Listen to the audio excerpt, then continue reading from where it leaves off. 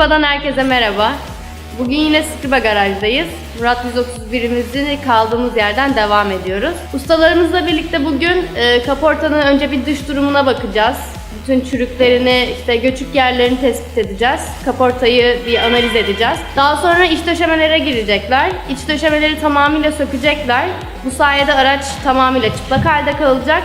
Paslı yerleri, çürük yerleri tespit edecekler aracın içindeki. Gerekirse paslı yerlere kimyasal işlem uygulanacak, gerekirse kaynak yapılacak. Aynı zamanda bugün iç döşemeleri alacağımız koltukların rengine, tasarımına vesaire de bakacağız. Bunları da analiz edeceğiz. Çok fazla işimiz var ama kısıtlı zamanımız var. O yüzden hemen başlayalım hadi sökmeye.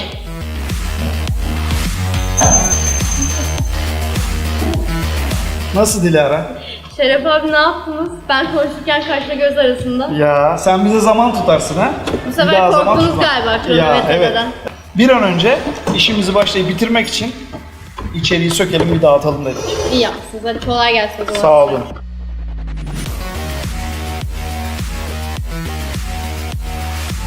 Recep Usta, İsmail Usta. Koltukları söktük attık. Şimdi şu taban halısını da bir sökelim alalım. Tabanı bir görelim. Çok merak ediyoruz nasıl olacak. Hadi bakalım. Şöyle yapalım Şeref Bey. Verin onları siz. Şunları da Şeref Bey. Ver. Şu takosu da alın. Abi o takoz ne ya bu? Bu takos buna kapak yapmışlar oraya. Abi sobaya odun atmış herif resmen ya. Neyse alalım belki lazım olur bir yerde. Bunları da koyalım oraya. Tamam. Tamam abi. Bunlar orijinal zaten. İzolasyon malzemelerini de alalım. Artık o kadar olacak. 86 model araba. Recep Usta orada bir delik görüyorum ben. Ne o? Evet, burası çürümüş. O çok ciddi bir çürük abi. Evet, bakalım. Acaba camdan mı su almış? Bakalım. Bu arada orijinal taban köpüğü çıktı. Evet. Arabanın bu da orijinal olduğunun göstergesi hala. Orijinal parçalar çıkmaya devam ediyor. Göründüğü gibi burada tabanda bir çürüklük var. Tabandan gelmiş, yukarıdan gelmemiş. Alttan aldığı su mu çürütmüş orayı Evet. Recep Usta? Evet, aynen öyle. Çünkü Anladım. şase kollarının olduğu yer burası. Arabamız 86 model yani artık o kadar çürük olur. Olacak. Yapacak bir şey yok. Evet. Bir şeyi biraz daha kaldırabiliyor musun? Oralarda başka çürük var mı? Şu an İzolasyonu. için gözükmüyor. Sadece tabanda gözüküyor işte. Taban olan yerde. Evet. Bağlantı yerlerinde. Tamam. Şu anda şuraya kadar bir çürük Tamam. var. Şimdi Şeref abi siz arabayı parçaladınız, dağıttınız falan ama benim aslında en çok merak ettiğim ve ilgilendiğim konu tasarımı.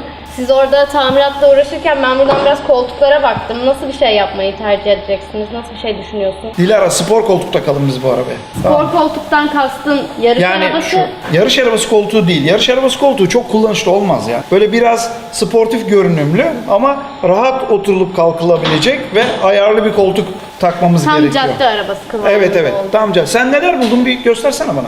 Bu uygun mu bizim arabamıza? Yok. Bunlar şimdi birebir yarış otomobillerinin spor koltukları. Bunların yatar ayarı yoktur. Oturup kalkmak da çok zordur bu koltuklara. Dolayısıyla günlük kullanıma uygun bir koltuk değil bu. Bunu bence beğenirsin. Bu koltuklar çok güzel. İşte günlük kullanıma uygun kulvarlı koltuk dediğimiz koltuklar bunlar.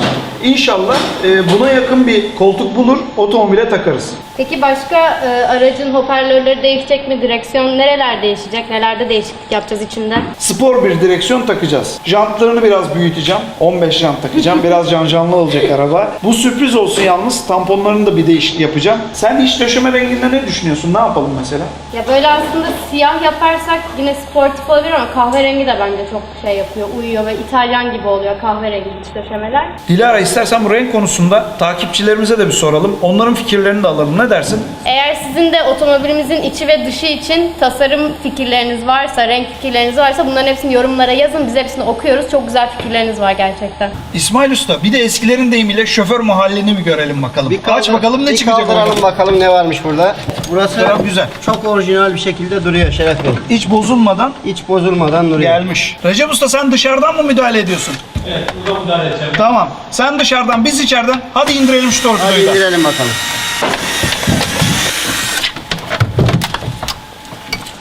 Onları da ayır abi. Torpidonun durumu hani sadece üstten çatlak gibi geliyordu bana ama yani bu kapağın bağlantı yerleri bir de alt bağlantı yerleri çok deforme olmuş. Evet, Şerefciğim.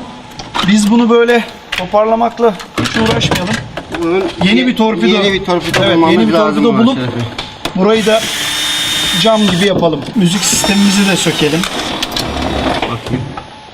Buraya şimdi o yılın bir Uygun bir şey teybini takarsın. bulacağım ben o yılın. Fakat o odun müthişti ya. O son nokta. Teybi de aldık. Arabayı kullanırken devamlı sıcak üflüyordu. Yani o şeyler, yönlendiriciler çalışmıyordu. Takoz koymuşlar yönlendiriciler çalışsın diye. Takoz son nokta ya. Ona yani o tarihe geçer. Göstergeyi mi alıyoruz şimdi? Gösteriyi alıyorsun. Tamam, devir saatli bir gösterge gelsin buraya. Abi devir saatli gösterge bulabiliriz değil mi? Doğan göstergesi. Bulmamız lazım yani. Bulmamız lazım. Bu Olması arabaya lazım. değer. Evet. Yeni torpido, devir saatli gösterge çok şık olur.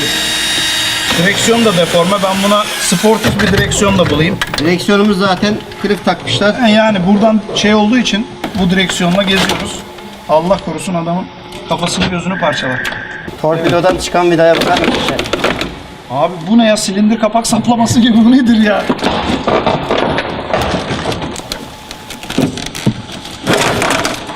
Tamam. Ortada bir kablo bağlamışlar ekstra. Bunu ayıralım. Evet ustalar, torpidoyu kucağımıza aldık. Ne yapacağız? Çöpe atacağız. Çöpe atacağız. Başka çaresi yok yani.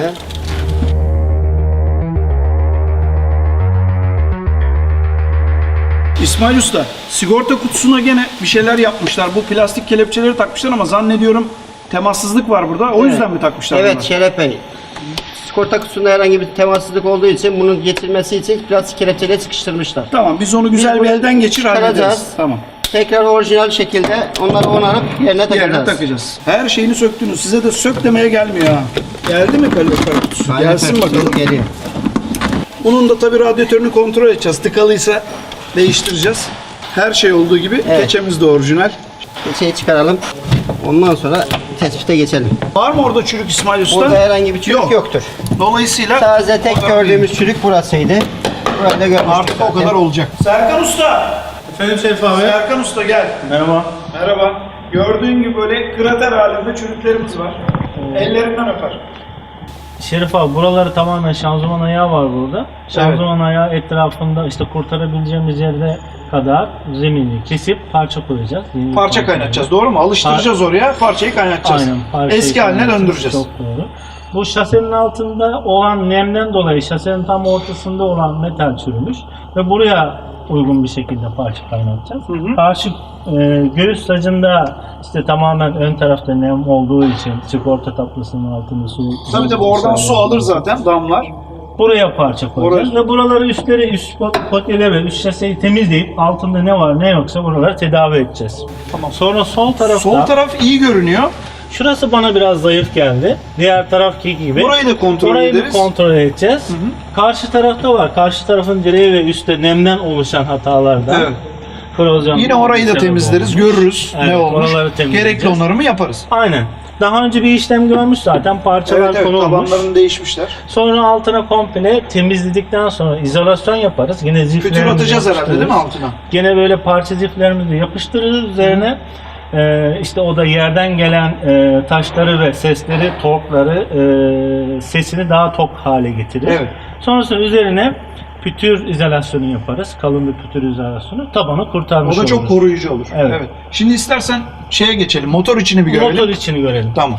Serkan şimdi bak, bu arabanın sağ tabanını çürük gördük biz değil mi? Evet. Ha, şimdi hep söylüyorum ben. Doğru iş, temiz iş. Bak ne yapılmış burada? Sanayi deyimiyle uyduruk bir iş yapılmış abi. Burası çürüdüğü için buraya mastik tıkanmış. Cam ondan sonra takılmış. Ne olmuş? Buradan camı emmiş, içine vermiş. Suyu emmiş, içine vermiş. Komple suyu aşağı kadar indirmiş. Ve orası çürümüş. Bak şimdi. Burada hiçbir çürük yok. Çok az var ya da hiçbir işlem yapılmamış. Bu taban sağlam. İşte kötü bir iş arkasından daha çok masraf getiriyor. Hep bunu anlatmaya çalışıyorum ben insanlara. Bir işlemi yaparken en doğrusunu yapmak lazım. Arkasından doğru bir şeyler olsun diye. Doğru söylüyorsun Şeref abi ama bir de şöyle bir seçenek var. Şimdi müşteri geliyor. Ya benim buradan su alıyor diyor camımdan diyor. Bunu diyor çok hızlı bir şekilde tedavi edelim. Ya usta diyor Ve ki. ucuz şekilde. Ve ucuz şekilde. Ve usta diyor ki burayı böyle kesip buraya parça koymamız gerek. O kadar zamanım ve param yok diyor. Bana hızlı bir şekilde bir işlem yap diyor. Usta da veli nimeti müşteri olduğu için o da onun istediği dediği şekilde yapıyor ve sonrasında suçlu usta oluyor burada. Ama burada suç ustanın değil bence araç sahibi. 100 TL daha vermiş olsaydı buradaki hata tamamen tedavi olmuş olurdu. İçeriye su almamış olurdu ve sonrasında araç sahibine 300-400 TL'lik ekstra bir ücret açılmamış olurdu.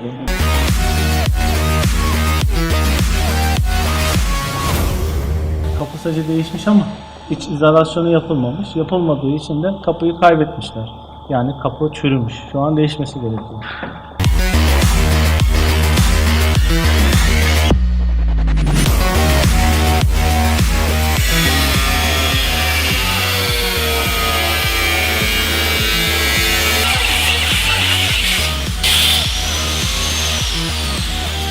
Burada herhangi bir hasta veya çürük bir yer yok. Bunu alt taban için parça yapabilirim.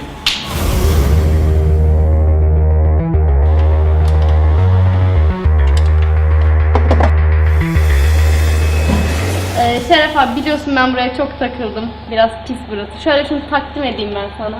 Biraz Bana temiz takdim ediyorsun. çalışırsanız. Evet. Kolay gelsin.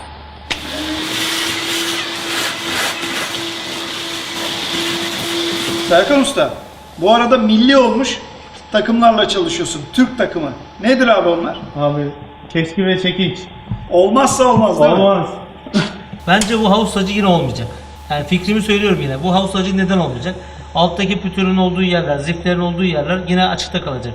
Ya olmayacak aslında bir şey yok. Güzel izolasyonlu yaparız alt üst. Bu bizi çok uzun süre götürür. Bence olmayacak ama bilemiyorum. Şu anda ben düşünüyorum olmayacak bu diyorum. Ya beyler ben buraya bir parça koyayım. Siz bir şöyle bir kenara çekilin. Bir bakın bakalım nasıl olacak. Bir ustalığımı ortaya sergileyin. Ondan sonra tekrar konuşuruz. Tamam mı? Hadi. Tamam. Hadi kolay gelsin. Serkan Usta ne oluyor? Elek. Abi burası bizim tahmin ettiğimizden daha çok işçilik varmış burada. Abi bildiğin elek ya orası. Evet. İyi ki almışız yani arabayı. Yoksa fren çarpmak taş gibi arkadaş gidecekmiş. Benim ayakları çıkarırdık oradan giderdik. Evet az kalmışmış.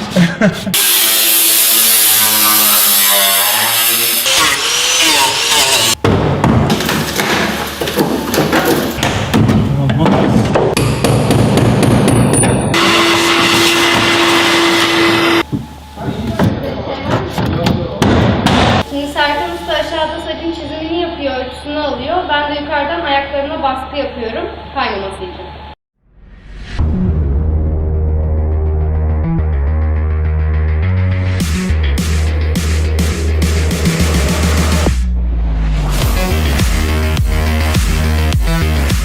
Şimdi aracı kaynak için buraya taşıdık. Alt zemini burada kaynakla düzelteceğiz.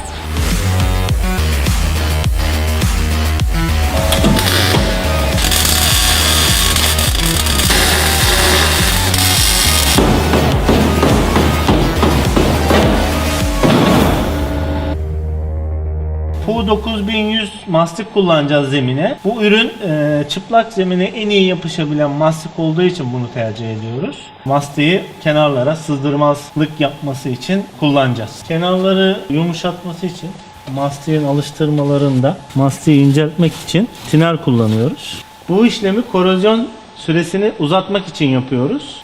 Şu an için işlemimiz bitti ve bunu kurumaya bırakıyoruz. Bugün Skriba Garaj ekibi için oldukça yorucu ve yoğun bir gündü. Aracın iç döşemelerini söktüler önce tamamıyla.